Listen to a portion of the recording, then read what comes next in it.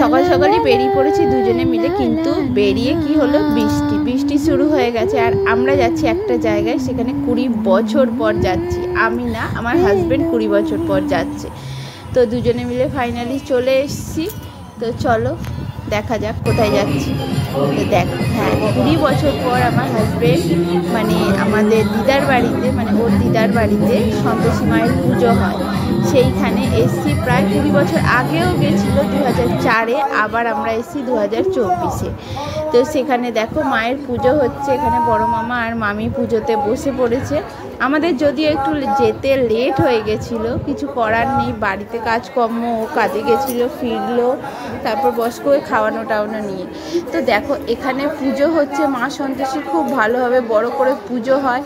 আমি ভেবেছিলাম তোমাদের সাথে পুজোর পুরো ভিডিওটাই শেয়ার করব, কিন্তু করতে পারিনি, যেহেতু আমরা লেটে পৌঁছেছি অনেক, ততক্ষণে পুজো হয়ে গেছিলো, পুজোর শেষ দিক সময় চলছিল, ওই কারণের জন্য। তো পুজোটা দেখো হচ্ছে, আর ওপরে সারাদিন গল্প গুজব সব কিছু করার পর সন্ধেবেলায় শীতল দেওয়ার সময় ওপরে গেছি। সেখানে আমার মাসি হয়, এটা মানে মাসি শাশুড়ি, শীতলের সব প্রসাদ রান্না করছে, কিন্তু লাইট নেই, কী করব তখন? তাই জন্য আমি কী করলাম, ছোট যে ব্যাটারি, চার্জিং ব্যাটারির যে লাইটগুলো হয়, ওগুলো আমি ধরেছিলাম, আর মাসি রান্না করছিল। যেহেতু এটা পরিষ্কার জামা কাপড় কেচে পরে তারপরেই ভোগটা রান্না করতে হয়, প্রসাদটা, ওই কারণের জন্য লুচি আর আলু ভাজা শীতল দেওয়ার জন্য হচ্ছিল। তো দেখো এখানে লুচি ভাজা হচ্ছে। আসলে এইসব না, মানে না গেলে কখনো কেউ এনজয় করতে পারবে না। আমি তো গিয়ে প্রচুর মজা করেছি, খুব মজা করেছি, আমার খুব ভালো লেগেছে।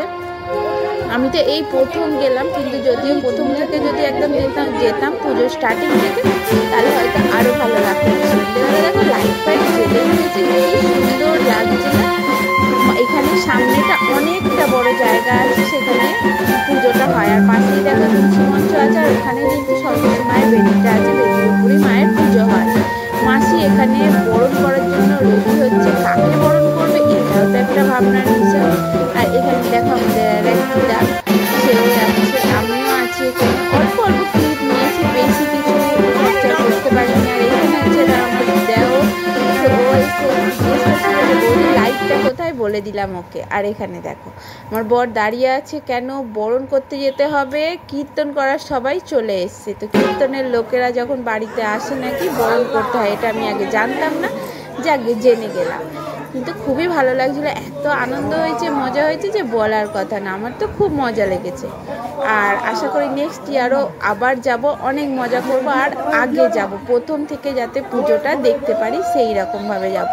তো দেখো অনেক লোক খেতে বসেছিল, খাওয়া দাওয়া দুপুরের মিটে গেছে, তারপরে রাতে বাড়ির লোক যারা ছিল তারা, তো দেখা গেল কীর্তনের লোকেরা চলে এসছে, আর মাসি এখানে আমার বরণ করে নিচ্ছে। তারপর একটুখানি আমি বললাম যে আমাকে ঠাকুরের সঙ্গে একটু ছোট ভিডিও ক্লিপ তুলে দাও, তো ও দিচ্ছিল, ওতে একটু লজ্জা পায়, ভিডিও করে দিতে চায় না, তাও বললাম করে দিয়েছে। আর এখানে আমার মানে দেওরের সঙ্গে ছবি তুললাম, আমি ছবি তুললাম, ব্যাস।